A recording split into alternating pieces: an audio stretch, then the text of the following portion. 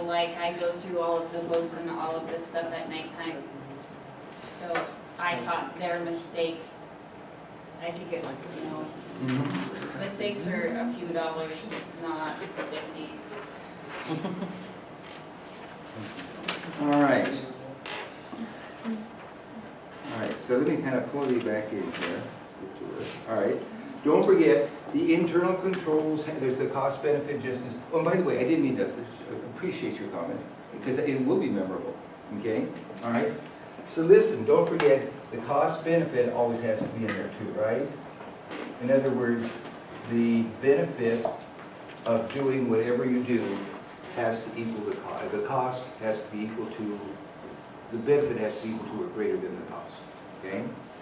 Sometimes that's hard to tell. For instance, it was some sort of welfare fraud that people were talking about. It was a conversation I overheard, and they said, what fools these people are, because they're spending, when you take a look at the actual fraud, take a look at the cost, it doesn't justify it.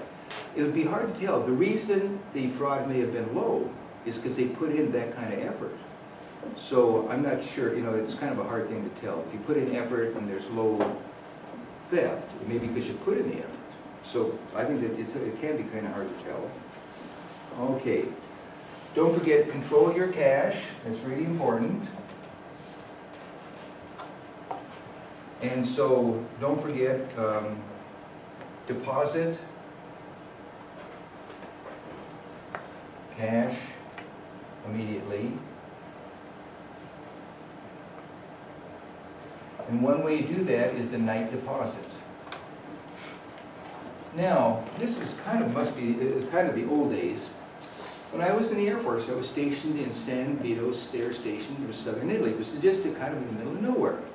So what would happen is the guy who managed the NCO club would close at night, midnight, 2 a.m., whatever it was. He put all the deposits in a fishing tackle box.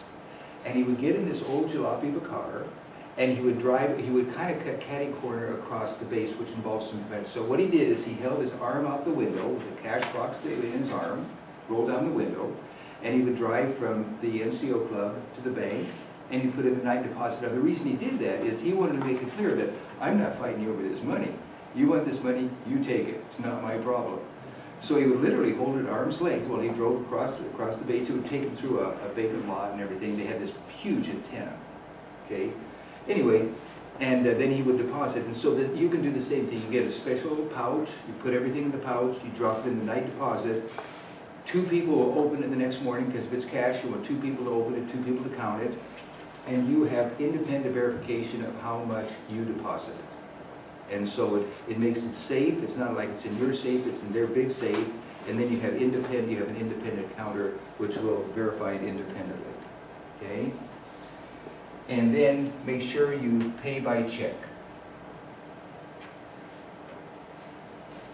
And of course what that does is that creates a paper trail.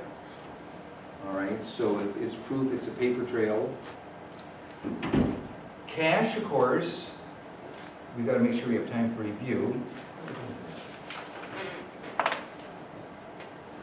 Okay, so cash, of course, is what we're talking about. We're talking about coins. We're talking about checks. Let's see, coins, checks, currency. We're talking about checking accounts. We're talking about savings accounts. Okay.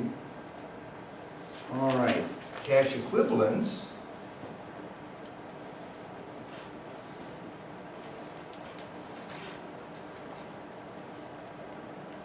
A cash equivalent, what that is their short-term,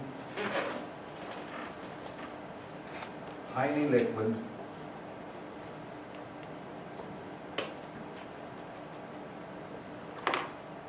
investments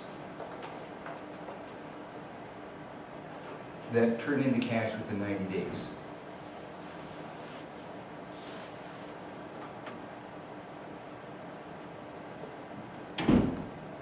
So what it is you sell something, you have a little bit of cash on hand, you put it in a 60-day certificate of deposit. right?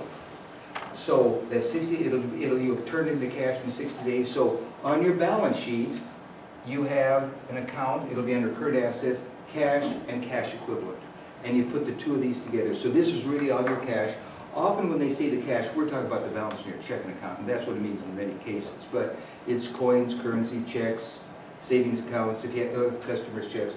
A cash equivalent, or it's a short-term, highly liquid investment that will turn into cash in 90 days. And these two are often lumped together on the balance sheet. Okay. All right. You guys, that pretty much covers the chapter. Okay, so we'll see if you've got any questions on Monday. Okay. Yeah, and that's the chapter. So we'll see what questions there are. I think I'll go through this way and turn off that tape, and let's have a review. So we move this into, thank you, move this into long-term memory. Okay, I'll reach around here. Okay.